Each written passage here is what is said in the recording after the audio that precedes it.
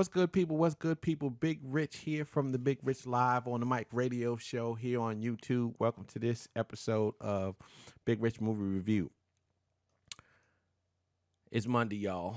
We're trying to make it do what it do. The beginning of a long week. I have a really, really long week, so I know a lot of people are sort of upset that the Big Rich Live Saturday show was delayed because of unforeseen difficulties that we had to deal with, but we try to make it do what it do. So I appreciate everybody hanging in there. You guys understand that it's a one-man show. We're trying to put everything together and make sure everything goes on without a hitch. But sometimes with family issues and visitors and stuff like that, sometimes we just really can't be up on it all the time. So I'm trying to do what I can do and get it squared away.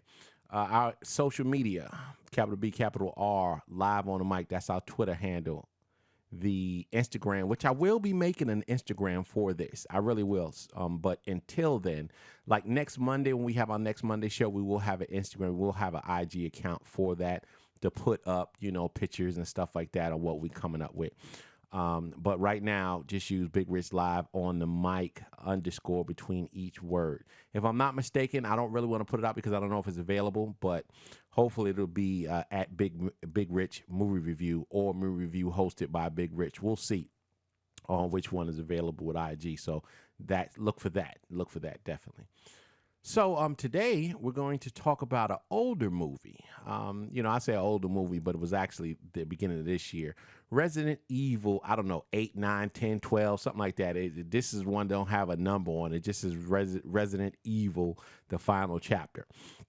It came out in January 27th of 2017. It's 106 minutes.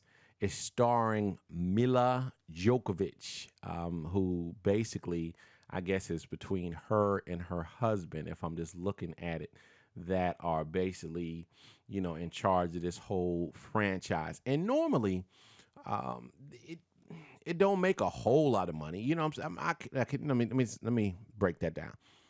When I say a whole lot of money, I'm talking $600, $700, $800 million. That's a whole lot of money for me. But this one here, on a budget of $40 million, it's made worldwide $312 million or $312.2 million worldwide in 4 months? Less than 4 months. So they doing pretty good.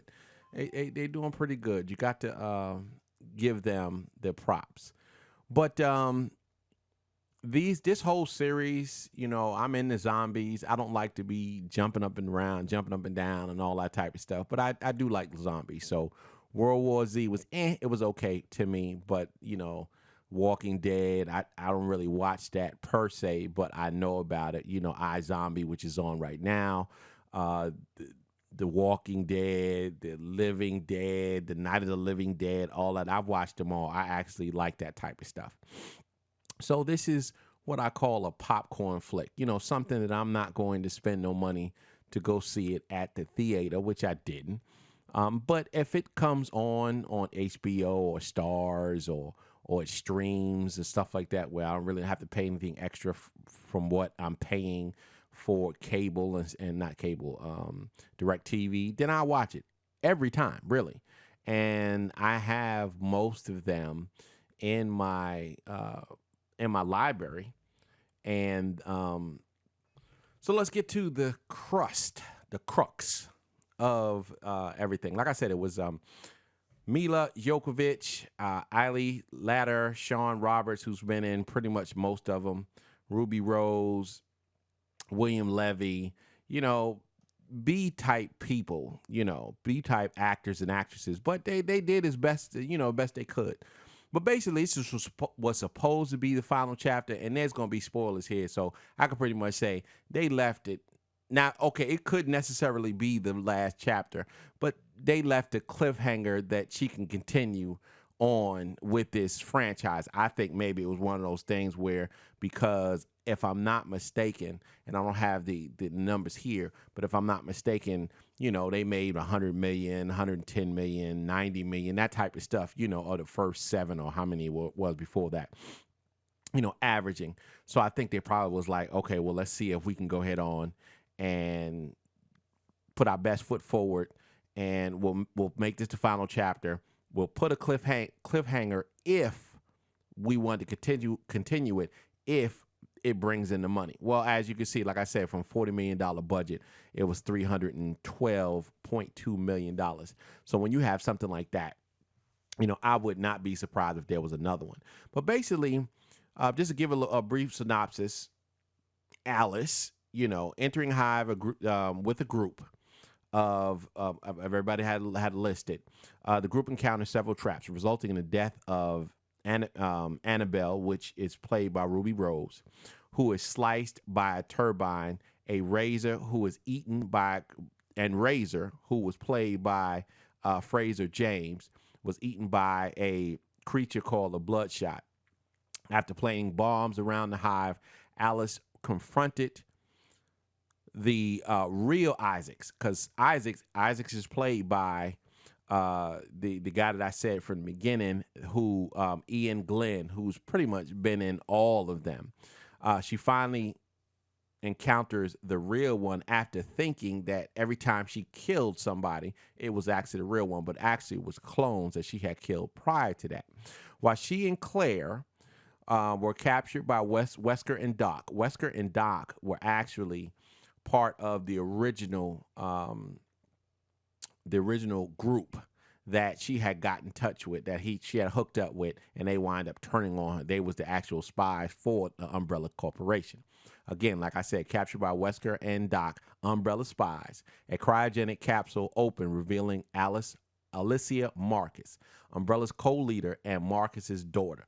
Basically, what you find out is that Alice was made, that body was made to take Alicia's brain out, or brain functions out, and put into the Alice body, because when you found out in the beginning of this particular flick, Dr. James Marcus, the original founder of Umbrella Corporation, had a daughter who was dying of premature aging.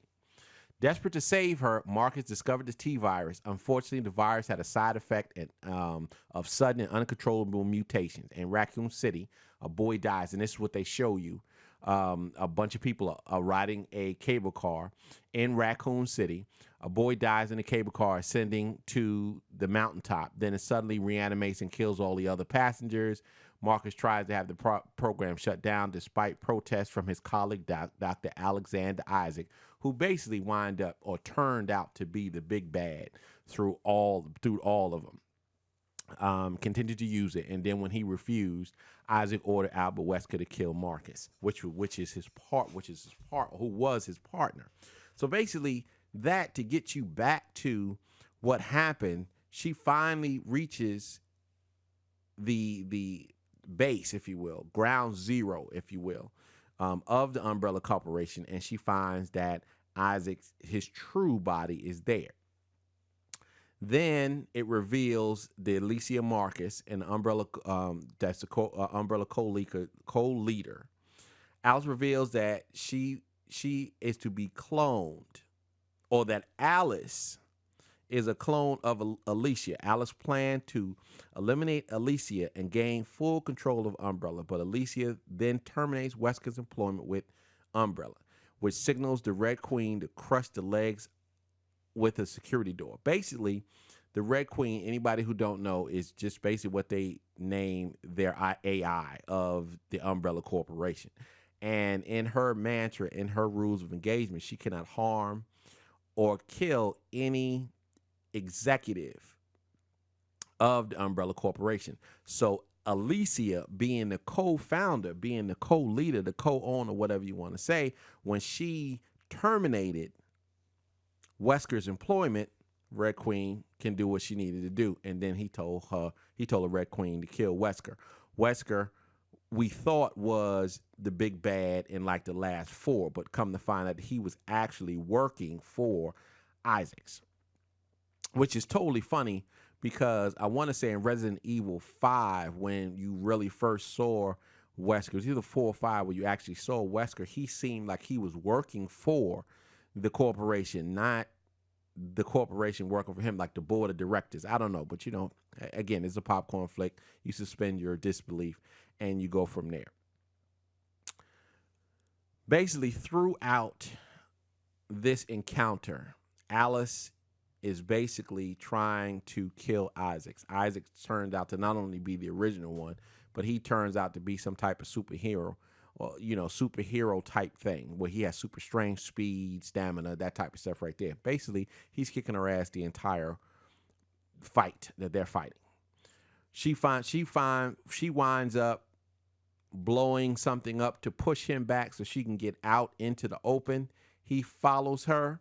At that exact time, a clone of Isaac's is coming around the corner. This is basically the clone that has been following Alice and her team, trying to kill them the entire time, the entire movie. So he comes around, he sees the real Isaac. Now, what Dr. Isaac did not do is he did not allow each clone to realize that they were a clone. So when the clone came around the corner, he looks at the other Isaac and thinks that the other Isaac, which is the original Isaac, is a imposter, is a clone, if you will. So the clone winds up killing the original, just stabs him. Again, this is narcissistic going back and forth while Alice is laid out like, I'm about 2 feet knee deep from dying. If y'all would just chill out, y'all can kill me and then worry about each other. But again, that's that to make sure, that's that, I'm going to be as dumb as I can. The big bad is as dumb as they can so that the hero, or in this case, the heroine, can save the day. So basically, once this has happened, right, and the undead who were chasing the clone, now follow me now. Remember I said Alice got up into the open, the real Isaac follow her, he's about to kill her.